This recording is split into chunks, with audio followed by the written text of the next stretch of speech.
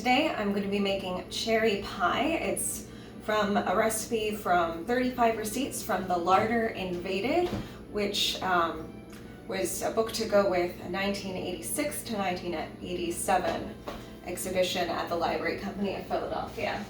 Now, the cherry pies that they possibly served, I'm not entirely sure there, were meant to go with a painting that depicted a vendor holding a tray of little tartlets. However, the 1855 recipe they found was for a cherry pie as opposed to tartlets, so there's a tartlet recipe as well as a pie recipe. But I'm going to be using the 1855 cherry pie recipe largely because I don't have tartlet pans. So the recipe is pretty short, not that the making of it is going to be short. It says simply stew your cherries with sugar in the proportion of a pound of cherries to half a pound of sugar, and stir in a little flour to thicken the syrup. Make a paste as rich as you like. Line your pie plates, fill with the fruit, and cover with a lid of the paste. I'm interpreting paste as to mean a pie crust. So I have pie crust I made a little earlier this week, disc of pie, which I will be rolling out later. Got approximately 2.5 pounds of sweet cherries. These were the only cherries that were in the grocery store. It's possible that the original recipe used sour cherries, because that seems to be the most common cherries to use in modern cherry pie recipes. However, all we could find was frozen sweet cherries. About 1.25 pounds of sugar. Now, I'm thinking that if I try to add all of this sugar to all of the cherries, it's going to be really, really sweet because they might have used sour cherries and that's going to affect the flavor. So I'm going to be adding the sugar a bit at a time, tasting it. My flour here, and a little bit of lemon in case I need it.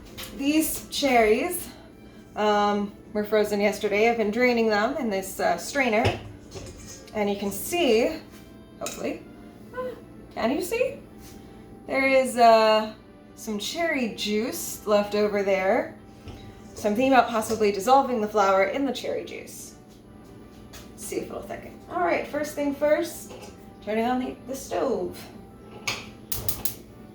All right, and dump my cherries in and see what happens. They're pretty juicy, so I'm not too worried about them burning or anything. Now I'm gonna try adding my sugar, 1/2 cup at a time, and see what happens. I've made other pies before. I've made apple pies, some different cream pies, but I've never made cherry pie before.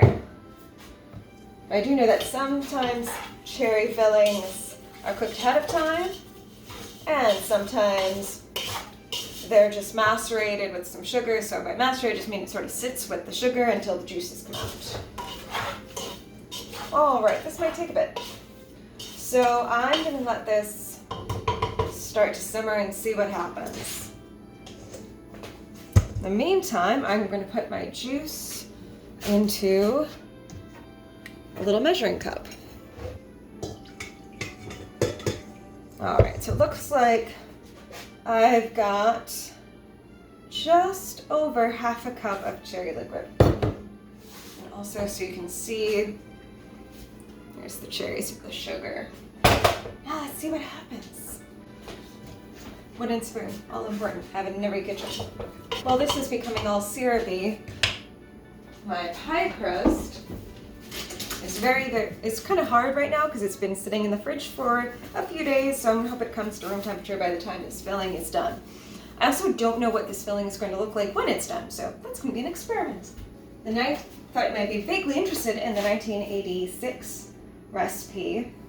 So that one, actually, they made meringue to go around. It also includes some ingredients that I can't as easily get, like red currant jelly. That sounds kind of expensive. So they would use 14 to 16 tartlet pans. That would get, looks like they would get pre-cooked, and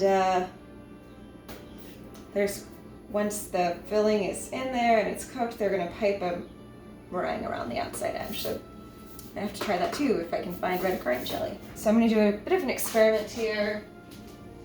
I'm gonna try putting some of my cherry juice into my water, into my flour.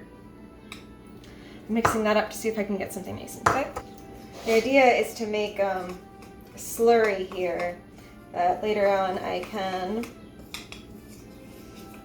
throw into the cherry mixture, and hopefully that will get thickened.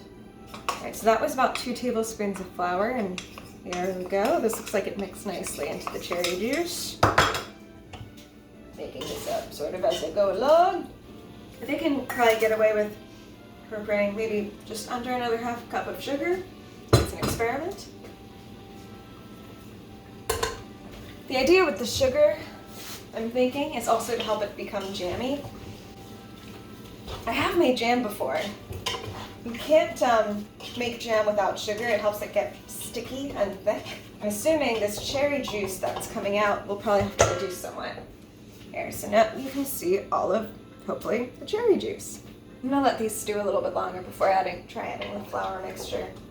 This also seems like it might take a while, so why don't we come back when it's starting to do something. So that's probably good there and ready to cool. Now I have my pie filling in a bowl.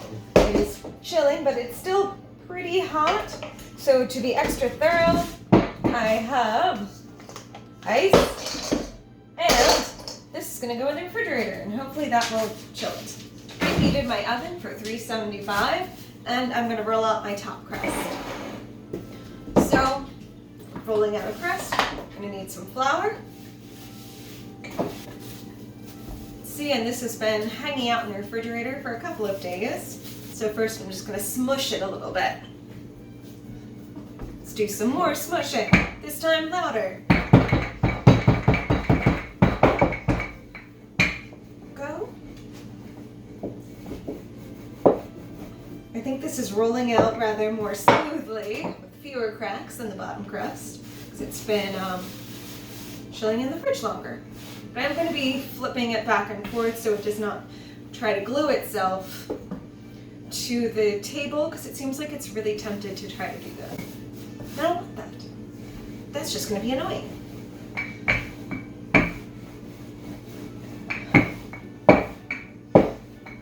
Alright, now I also want to show you, because you probably can't see from there, is that I've got these pockets of butter. And those are going to be pockets of delicious flakiness. And that is what it's going to do. Now my bottom crust is becoming more pliable.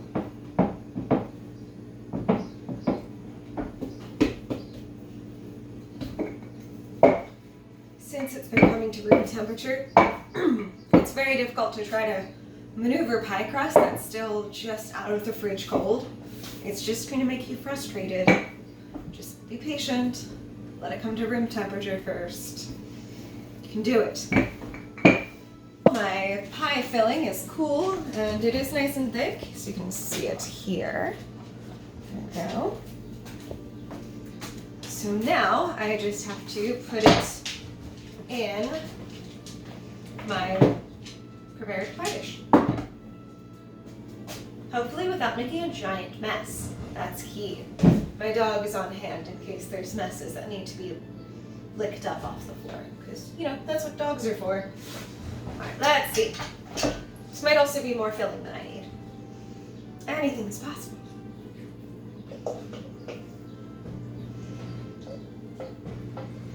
This reduced quite a bit when it was boiling.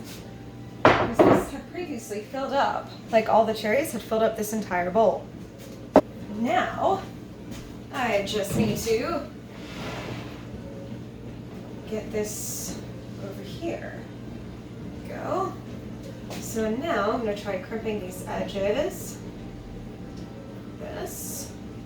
I'm just using my fingers here, if you can see what I'm doing. And then I'm going to trim off the excess.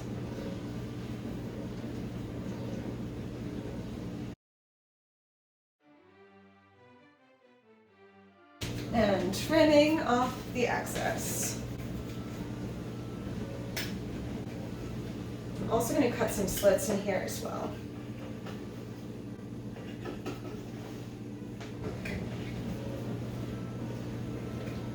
And to be honest, I probably could have used even more cherries. That is what I had. 2.5 pounds seemed good. But the advantage to pre-cooking the filling means that it's not going to shrink in the oven. So you're not going to have like this nice domed pie top and then there's like a hollow part. I've had that happen before as well. I need to cut in some slits. I'm going to cut plenty of slits in here because I want the juices to get a chance to thicken, so I need the excess to evaporate. There we go. This little star pattern there. In the oven, I have the oven set for 375. I also have, you can't actually see it because you're over there, but I've got a baking sheet in there covered in some aluminum foil because I don't want my cherry juice to come out and then bubble away and then get stuck to the bottom of the oven because that is no fun and I really do not want to clean that. Alright, so in we go. I'm going to check on it in about 30 minutes and see if the crust is browning, see if like it'll probably have to be turned. I might also consider putting some aluminum foil around the edge of the crust so it doesn't burn, but let's check it out. All right, it is 4:30, so I'm going to check again at 5 o'clock. So after 20 minutes, since the crust did not look quite done yet, so I ended up leaving it in there for about like another 15 or so minutes after that. Either way, it spent about 1 hour and 5 minutes in the oven, so let's check it out. Oh yeah, this is bubbling. So if you can see, the filling is bubbling and the crust has lightly browned, so this is hot. And I'm gonna so this needs to cool for about a couple of hours probably, because molten fruit is no fun to be burned with. Also, if I try to cut it while it's still hot, it's going to turn into that whole pie soup situation. So I'm going to just leave it alone, and I will see you in about 2-ish, 3 hours. See, there it is, the finished pie. Looks like it won't turn into soup.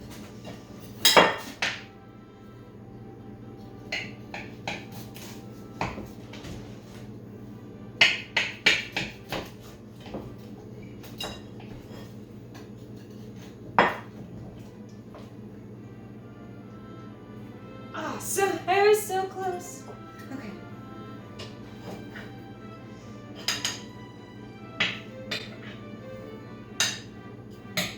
So you can see, I'm not able to cut pie neatly. And though it's like kind of came out, it's not soup, so that's good. That's progress.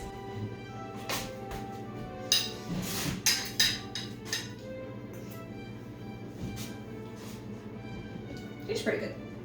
No. Alright, so I'm calling this recipe a win. Everyone go make cherry pie.